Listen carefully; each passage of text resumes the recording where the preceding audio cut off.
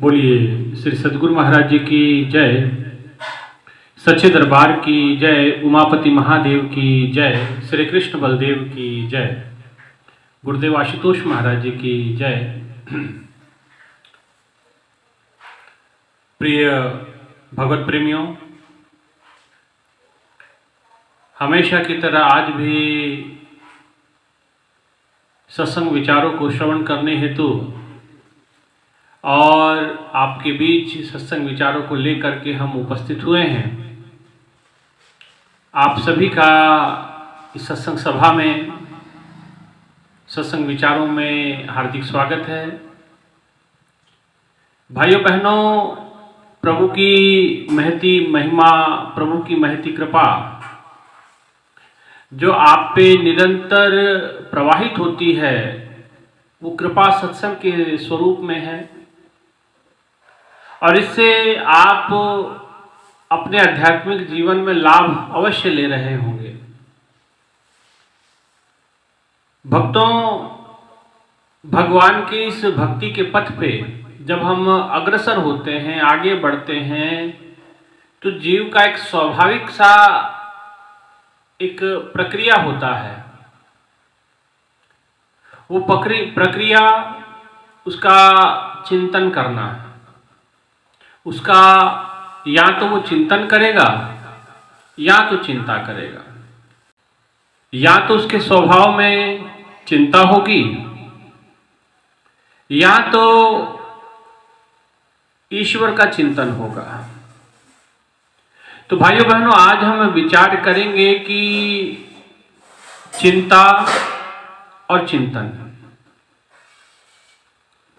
संसार में हम जब जीवन जीते हैं तो हमें अनेकों प्रकार की चिंताओं से हम ग्रसित हो जाते हैं।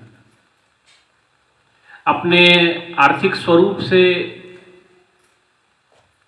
आर्थिक कारणों से हम चिंतित होते हैं। अपने भविष्य को लेकर के हम चिंतित होते हैं। हम अपने बच्चों को लेकर के चिंतित होते हैं और भी अनेकों प्रकार की चिंताएं आपके मन में घर कर बैठती हैं। ये तो कुछ चिंताएं मैंने आपके सामने बताई हैं, लेकिन इससे अधिक चिंताएं होती हैं इंसान के जीवन में। और वो चिंताएं का निराकरण जब तक होता नहीं, अगर वो चिंताएं कुछ ज्यादा समय तक आपके इस देह में, आपके मन में स्थिर रहीं, तो वो चिंता आपके बीमारी का कारण भी बन सकती है। अनेकों प्रकार के रोगों से आप ग्रसित हो सकते हैं। इसलिए भाइयों बहनों, चिंता का त्याग करना है, क्योंकि चिंता करने से आपकी समस्याओं का समाधान नहीं होगा। चिंता करने से आप अपनी समस्याओं को सुलझा नहीं पाएंगे। चिंता करने से आप अपने जीवन को उलझा लेंगे, आप अपने जीवन को रोगग्रसित कर लेंगे, आप मानसिक रूप से पीड़ित हो जाएंगे, आप शारीरिक रूप से आपकी कार्य करने की जो क्षमता है वो भी प्रभावित होगी। इसलिए भाइयों बहनों, चिंता का त्याग करने का एक महत्वपूर्ण कार्य भगवान ने, संतों ने, ऋषि मुनियों ने बताया कि भाई चिंता का त्याग करें, क्योंकि चिंता का बेनिफिट कुछ नहीं है, उसका लाभ कुछ नहीं है और इसका लाभ न हो करके आपके जीवन के ऊपर बड़ा इम्पैक्ट, गहरा इम्पैक्ट पड़ता है हानि के स्वरूप में। हानि बड़ी भयंकर होती है। इसीलिए भाइयों बहनों, आप अपनी ऊर्जा को चिंता में न, चिंतन में लगाएं। चिंता और चिता, इसमें कोई ज्यादा भेद नहीं है, एक बिंदी का फर्क है। चिंता के ऊपर बिंदी होती है और चिता पे बिंदी नहीं होती, अगर लिखते हैं तो। चिता शमशान घाट में एक बार आपके शरीर को जला देती है और राख में तब्दील कर देती है, राख में बदल देती है, लेकिन चिंता ताउम्र आपको जलाती है, क्षणे क्षणे आपको मारती है, आपका खून सौंकते रहती है, आपके खून को सुखा देती है, ये चिंता है। इसीलिए भाइयों बहनों, महापुरुषों ने कहा कि चिंता ताकि कीजिए जा अनहोनी होए। चिंता तो उसकी करें जब जो अनहोनी होए। और कहते कबीरदास जी कहते अनहोनी शब्द ही गलत है, क्योंकि अनहोनी तो होती नहीं है। कहते होनी होए सो होए, अनहोनी होए ना कोई। जो होनी होती है वही होता है, जो होना होगा वही होगा। और अनहोनी तो शब्द ही कबीरदास जी कहते ये तो गलत ही, क्योंकि अनहोनी नहीं होती, होता वही है। होए वही जो राम रज राखा, को कर तर्क बढ़ावे शाखा। होगा वही जो प्रभु ने चाहा है, होगा वही जो आपके भाग्य का है। इसलिए अनहोनी तो शब्द ही गलत, महापुरुषों ने कहा कि अनहोनी शब्द गलत है। होनी होए सो है, जो होना होता है वही होता है। इसलिए हमें आवश्यकता चिंता की नहीं है, हमें चिंतन की आवश्यकता है कि हम और चिंता से मुक्त कैसे हों। अब बात यहाँ पे आती, ठीक है, चिंता तो जिंदगी में रहती है, हर व्यक्ति की, किसी की ज्यादा किसी की कम, सब प्रकार का दुख इंसान को लगा रहता है। महापुरुषों ने कहा सकल प्रजा का राजा दुखिया। सारी प्रजा का जो राजा है वो भी दुखी रहता है, वो भी चिंताग्रसित रहता है। उसको भी डर रहता है कि कहीं से कोई आक्रमण ना कर दे, मेरी गद्दी को कोई हड़प ना ले, है ना। तो ये जो चिंता हमारी है, ये इसको चिंतन में हमें तब्दील करना है। इस चिंता को स्वरूप देना है चिंतन का। आप चिंता करते हैं और चिंतन को विस्मृत कर देते हैं। आप चिंता में इतने मग्न हो जाते हैं, इतने डूब जाते हैं कि आप ईश्वर को भूल जाते हैं, चिंतन करना विस्मृत कर देते हैं। इसलिए भाइयों बहनों, चिता आपको एक बार जलाती है और चिंता आपको ताउम्र जलाती है। और चिंता भी किस बात की है? चिंता हमारे भीतर इस बात की होती है, अपने भविष्य को लेकर के, अपने आर्थिक कारणों से हम चिंतित रहते हैं कि पैसा चाहिए, पैसा चाहिए। लेकिन जिनके पास है, क्या उनको सुकून है? क्या उनके पास शांति है? क्या उसके पास सहजता है, सरलता है, संतोष है? महापुरुषों ने कहा कि आर्थिक रूप से आप अपने आप को सबल भी बना लें तो आपको इस बात की चिंता से आप ग्रसित हो जाएंगे कि इसको सुरक्षित कैसे रखें, है ना। इसलिए एक चिंता के सुलझाने गए और अनेकों चिंताओं का कारण आप इसको बना लिया, आप अनेक चिंताओं से ग्रसित हो जाते हैं। इसलिए महापुरुषों ने कहा कि चिंता को समूल नष्ट करें, प्रभु का चिंतन करें, प्रभु का नाम स्मरण करें। लेकिन हम चिंतन में इतने मग्न हो जाते, इतने मग्न तो मैंने देखा भगवान के कार्य में नहीं होते हैं, इतने मग्न तो हम ईश्वर के कार्य में नहीं हो पाते हैं जितने मग्न हम चिंता में हो जाते हैं। और चिंता हमारा नाश कर देती है, चिंता हमारे ऊर्जा को क्षय करती है, हमारी कार्य करने की जो क्षमता है उसको प्रभावित करती है। चिंता से हम रोग ग्रसित होते हैं। आपने सुना होगा, एक पहले कहा जाता था कि 60-65 साल के बाद शुगर जैसी बीमारी होती है, मीठे की बीमारी होती है, शुगर की बीमारी होती है। लेकिन समय बदला, उस पर और गहराई से चिंतन किया गया, उस गहराई से उस पर रिसर्च किया गया, पता चला कि शुगर मीठे के वजह से नहीं होता है, शुगर टेंशन, चिंता की वजह से होता है। जब आप चिंता करते हैं, जब आप चिंता करते हैं और इतना अधिक उस चिंता में डूब जाते हैं तो आपके साथ एक प्रक्रिया घट जाती है और वो टेंशन आपका शुगर का स्वरूप ले लेता है, आपको आपके बीमारी का स्वरूप ले लेता है। और ये जितने शुगर के पेशेंट है वो मीठे के कारण से शुगर नहीं हुआ, उनको टेंशन के कारण से शुगर हुआ, उनको चिंता के कारण से शुगर हुआ, अपने आप को रोग ग्रसित कर लिया। अब ताउम्र उस रोग को लेकर के झेलना है, उसको ताउम्र उस रोग के साथ उनको जीना पड़ेगा, दवाइयां खानी पड़ेगी। एक चिंता से मुक्त नहीं हो पाए और अनेकों व्याधियां अपने साथ लगा ली। अब उनका इलाज, अब 2 दिन गोली नहीं खाएंगे तो मुश्किल हो जाएगा। अब टेंशन के कारण से बीमारियां, चिंता आती थी। अब रिसर्च ये भी कहता है गर्भस्थ शिशुओं को भी शुगर होने लग गया, बच्चों को शुगर होने लग गया। अब उनकी जिंदगी कैसे बीतेगी भाइयों बहनों, आप विचार कर सकते हैं, आप शोध कर सकते हैं। मैं तो ऐसे बच्चे से मिला हूं, माता पिता से मिला हूं, एक 11 साल के बच्चे को शुगर हो गया और वो आश्रम में बड़े लेकर के आए कि स्वामी जी बताओ हमारे बच्चे को शुगर हो गया और रोज गोली खानी पड़ती है इसको, कैसे इसकी जिंदगी आगे बढ़ेगी, क्या होगा।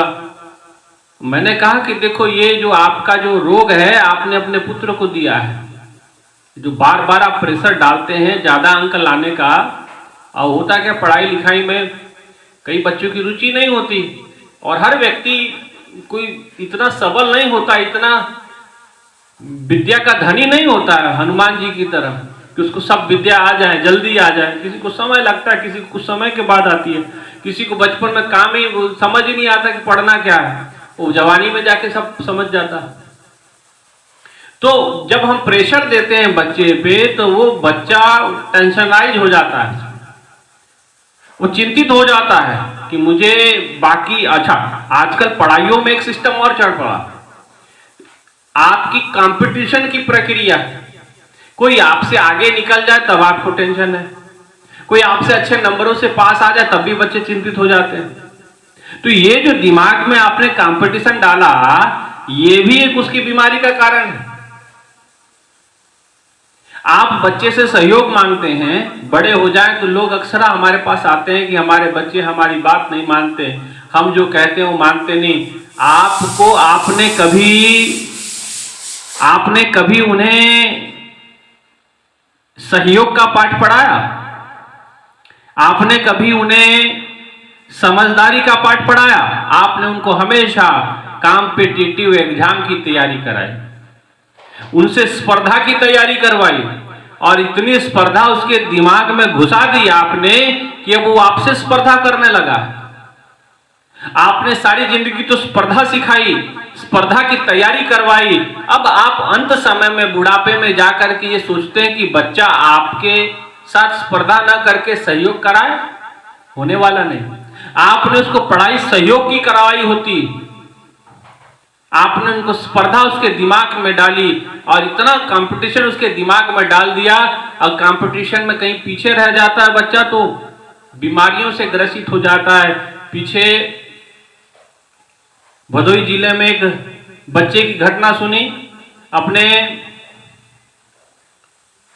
हॉस्टल में वो रहता था, घर आया, जब छुट्टियां खत्म हो गई तो माँ बाप ने कहा कि आप हॉस्टल वापस पढ़ने के लिए जाओ। उसने मना किया कि मैं नहीं जाऊंगा, तो पिता ने थोड़ा डांट दिया।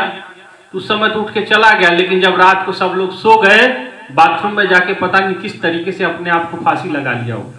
ये क्या था?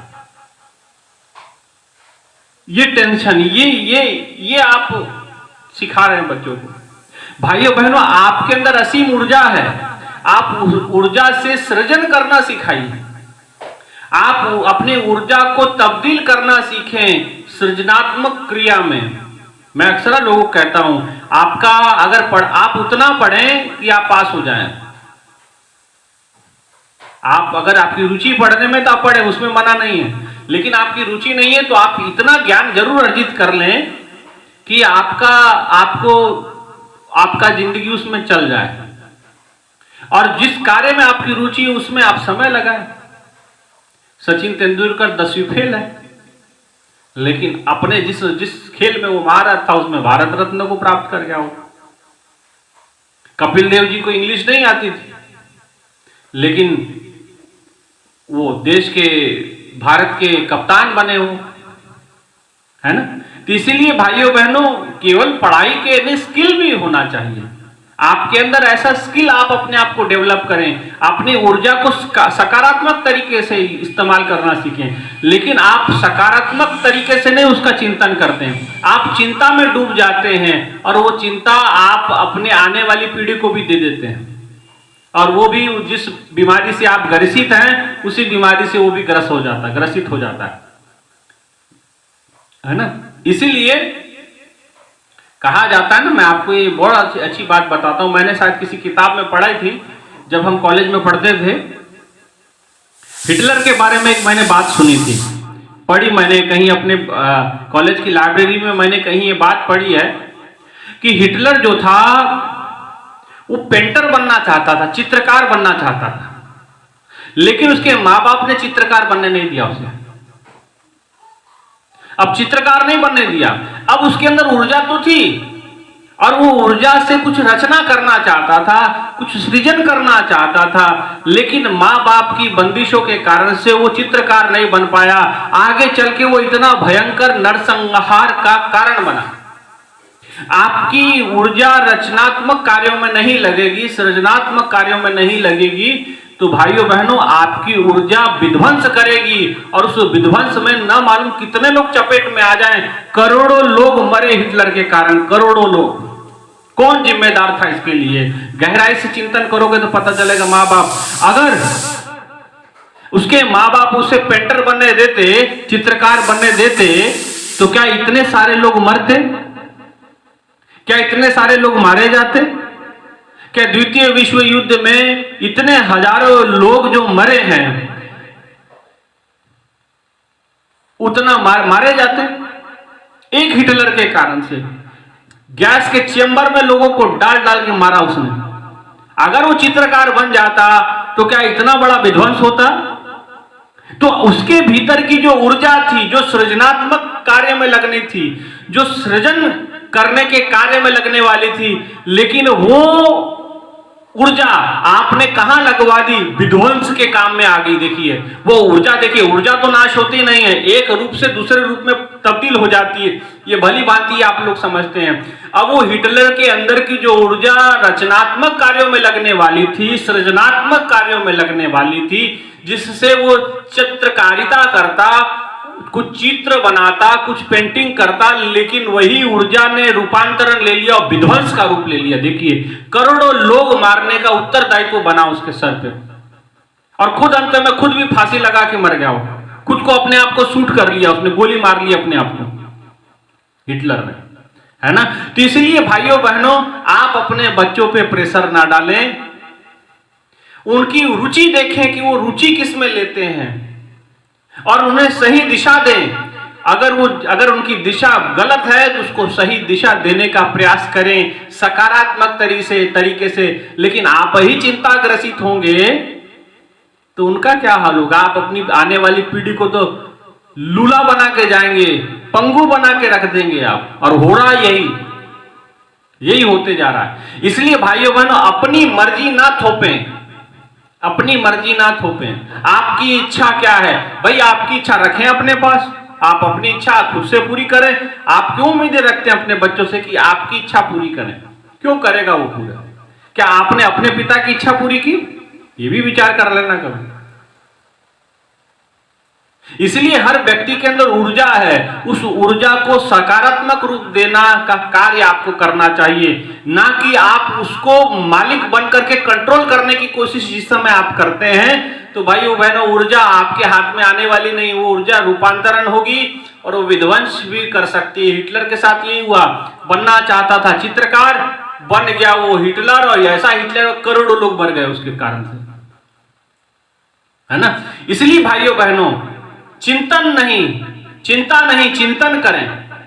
चिंतन करने का मौका है, अवसर है, और व्यर्थ की चिंताओं में ना पड़ें। व्यर्थ की चिंताएं जब आप करते हैं तो आप शारीरिक रूप से अक्षम होते जाते हैं, सक्षम नहीं होते हैं। और जब आप खुद ही अक्षम हो जाएंगे तो अपने बच्चों को सक्षम कैसे करेंगे? आप उनको स्ट्रांग कैसे करेंगे? आप खुद ही मानसिक रूप से विकलांग है तो आप आने वाली पीढ़ी को कैसे मानसिक रूप से स्ट्रांग करेंगे? इसलिए भाइयों बहनों, बड़े मानसिक रूप से स्ट्रांग करना है, और मानसिक रूप से स्ट्रांग पैसे से नहीं होता बच्चा। पैसे से कोई मानसिक रूप से स्ट्रांग नहीं बन पाता है। कबीरदास जी के पास कोई धन नहीं था, रविदास महाराज जी के पास धन नहीं था, लेकिन मानसिक रूप से स्ट्रांग थे, क्योंकि उनके जीवन में ध्यान की प्रक्रिया थी, उनके जीवन में ध्यान था, उनके जीवन में एक भक्ति का प्रभाव था, उनके गुरु ने उनको ऐसा ज्ञान, ऐसी ऊर्जा को रूपांतरण करने की विधि दे दी थी। अपनी समस्त ऊर्जा को वो ऊपर ले गए, ऊपर की ओर उठा लिया। सांसारिक मोह माया से वो ऊपर उठ गए, इतने ऊपर उठ गए वो। आज इतने ऊंचे उठ गए कि लोग जब उनका नाम लेते हैं तो सर अपने आप झुक जाता है। इतने ऊंचे बन गए वो अपने ध्यान से, अपने साधना से। उनका चिंतन था, ईश्वर चिंतन था। उन्होंने श्रेष्ठ चिंतन किया, बोला, बहुत सारी बातें कही। 70-75 साल कबीरदास जी ने प्रवचन किया और एक ही बात लोगों को समझाई कि अरे कोई समझो रे नर ज्ञान, गगन में आवाज कैसी है। बिन भूमि एक महल बना है, तामे जो तू जारी, अंधा देख देख सुख पावे, बात बतावे सारी।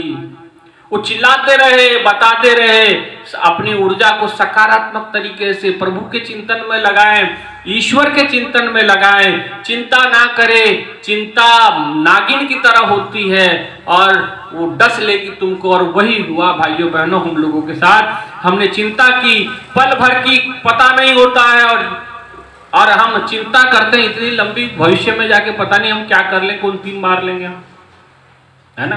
तो इसलिए चिंता, भविष्य में जो होना है वो तो होगा ही। इसलिए आपके पास वर्तमान है, आपके हाथ में भविष्य नहीं है। आप भविष्य में कुछ नहीं कर सकते। आप जिस समय पे बैठे हैं वो वर्तमान है। इसे इंग्लिश में प्रेजेंट कहते हैं। प्रेजेंट का अर्थ होता है गिफ्ट, समानार्थी शब्द, उपहार। और उस उपहार का, और भगवान ने ये उपहार दिया वर्तमान, प्रेजेंट। लेकिन भूतकाल आपके हाथ में है नहीं, भूतकाल में जाके कुछ करेक्शन हो नहीं सकता, भविष्य में आप घुस नहीं सकते, आपके हाथ में प्रेजेंट है। यहां आप जो करेंगे वही आपका, क्योंकि अब जो है यही थोड़ी देर के बाद भूतकाल हो जाएगा और जो आज भविष्य है वही कुछ समय के बाद आपके पास वर्तमान के रूप में आने वाला है ना। इसलिए भाइयों बहनों, ये प्रेजेंट है, इसमें सकारात्मक सोच होनी जरूरी है।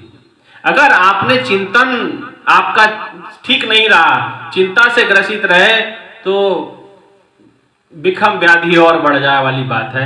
आप बीमारियों से ग्रसित हो जाएंगे, शारीरिक रूप से अक्षम हो जाएंगे, कार्य करने की क्षमता आपकी प्रभावित होगी और जीवन में तरह तरह की परेशानियां, दुख, तकलीफें जो झेलेंगे वो अलग है ना। क्योंकि आपके चिंतन का लाभ तो कुछ है नहीं ना। मुझे कोई बताए कि चिंता का कोई लाभ हो, टेंशन का कोई लाभ हो तो बताएं, कोई एक लाभ मुझे समझा दे। कोई एक लाभ मुझे बताए कि टेंशन का ये लाभ होता है, चिंता का ये लाभ होता है, तब तो जायज समझ में आती। कोई लाभ उसका है नहीं और उसके नुकसान आपको बथेरे देखने को मिल जाएंगे। इसलिए भाइयों बहनों, चिंता ना करें। चिंता तो करनी उसकी चाहिए जब अनहोनी, अनहोनी तो होने वाली नहीं है। इस बात से निश्चिंत रहिए, जो होना होगा वही होगा। इसलिए श्रेष्ठ चिंतन की आवश्यकता है। और वो श्रेष्ठ चिंतन कैसे होगा?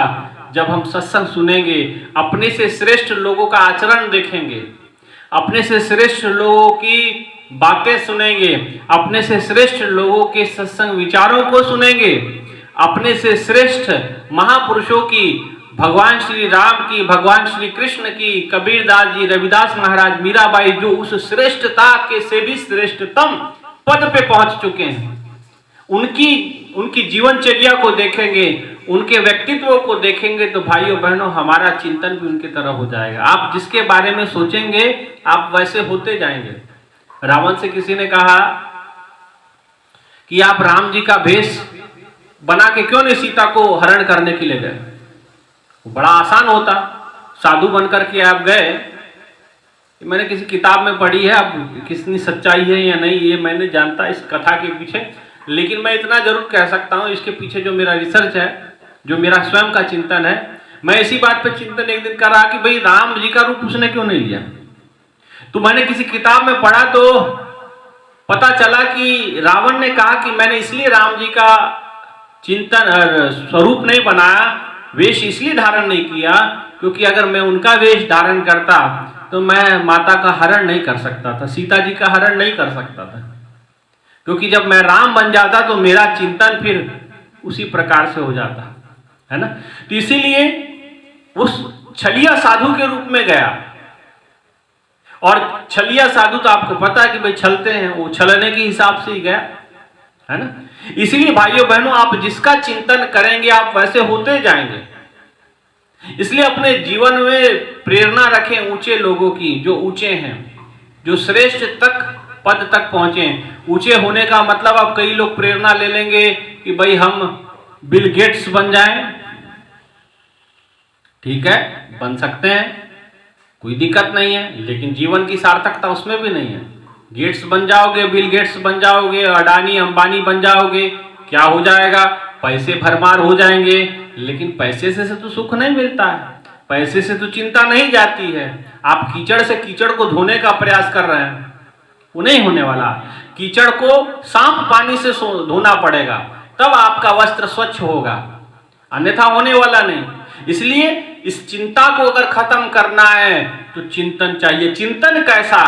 प्रभु का चिंतन। ये प्रभु का चिंतन निर्मल पानी है, निर्मल जल है, ये गंगा जल है जो आपके जन्मों जन्मों के मैल को धो सकता है,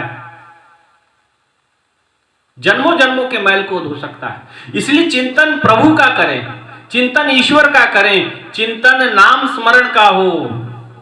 सांसों सांस सिमरो गोविंद, मन अंतर की उतरे चिंत। फार्मूला बता दिया गुरबानी के अंदर में कि श्वासों के अंदर भगवान के नाम का स्मरण करें और मन अंतर की उतरे चिंत। अंतर की चिंता हट जाएगी, अंतर की चिंताएं खत्म हो जाएगी। लेकिन अगर आपका चिंतन होगा तब ना, जब आप चिंता से मन हटा के, अगर आप, कई लोग कहते हैं, कई आते हैं हमारे पास, स्वामी बड़ा टेंशन है, बड़ा। महाराज जी के पास भी एक बार व्यक्ति है, महाराज जी बड़ा टेंशन रहता है, बड़ा टेंशन रहता है गुरुदेव आशुतोष महाराज जी पर। महाराज जी ने कहा कि टेंशन रहता है तो अटेंशन हो जाओ। अटेंशन का मतलब आप सावधान हो जाएं। अगर आपको टेंशन है तो अटेंशन होने की जरूरत है, सावधान होने की आवश्यकता है। और सावधान होकर के प्रभु का चिंतन करें, प्रभु का सुमरण करें, प्रभु का ध्यान धारणा करें और अपने जीवन को श्रेष्ठ बनाएं, श्रेष्ठ कर्मों में संलग्न हो। आपकी चिंता करने से एक व्यक्ति कहने लगे महाराज बड़ा चिंता है, बड़ा चिंता है। तो मैंने कहा आप कर रहे हैं ना चिंता, तो करें आप। तो बोले हम नहीं करेंगे तो कौन करें? मैंने कहा करो फिर मरो, और क्या है, हो जाएगा शुगर 2-4 दिन के बाद, तो फिर गोलियां खाते रहना सुबह शाम। मैंने कहा टेंशन करना, चिंता करनी तो और 2-4 चीजों का और कर लो। 10 साल मरने के बाद, 10 साल के बाद मरना, अभी 5 साल में मर जाओगे। चिंता करने से कुछ नहीं होने वाला, कोई लाभ होने वाला नहीं। मैंने कहा अगर चिंता तुम खुदे करोगे तो भगवान फिर क्या करेंगे? अभी तो आपने भगवान पे कुछ छोड़ा ही नहीं, अभी तो आप सर्वे सर्वा खुदे बन के घूम रहे हो।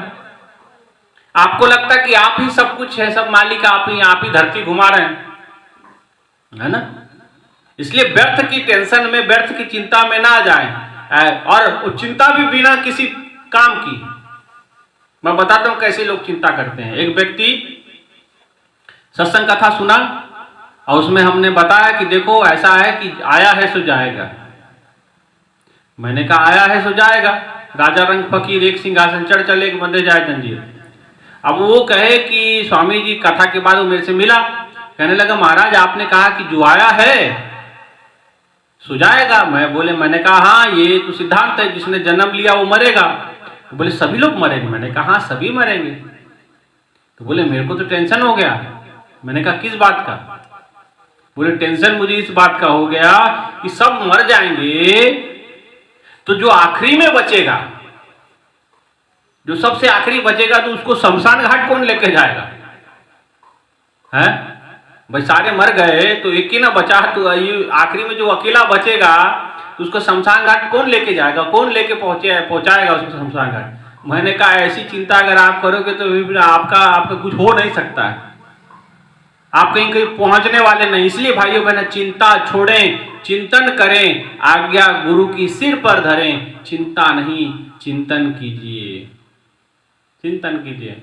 मुर्दे को प्रभु देता है लकड़ा कपड़ा और आग, जिंदा नर चिंता करे ताके बड़े अभाग। मुर्दा होता है भगवान उसको देता है, कपड़ा मिलता है उसको कफन के लिए, आग मिल जाती है, लकड़ा मिल जाता है जलाने के लिए, लकड़ा कपड़ा और आग सब कुछ मिल जाता है। जिंदा नर चिंता करे ताके बड़े अभाग, और जिंदा व्यक्ति चिंता में डूबा हुआ है। मुर्दा देखो पड़ा रहता है, कोई टेंशन नहीं है उसको, कोई चिंता नहीं है, दफना दो, जला दो, काट दो, नदी में फेंक दो, कोई फर्क नहीं पड़ने वाला उसकी उसको टेंशन नहीं है। उसको लकड़ी भी मिल जाएगी, कपड़ा भी मिल जाएगा, आग भी मिल जाएगी। लेकिन जिंदा नर चिंता करे तो उसके बड़े अभाग। तो ये हमारे बड़े अभाग है अगर हम चिंता में डूबे। इसलिए चिंता नहीं, चिंतन करें, साधना करें और प्रभु पे सौंप दे, सब भार प्रभु पे सौंप दे।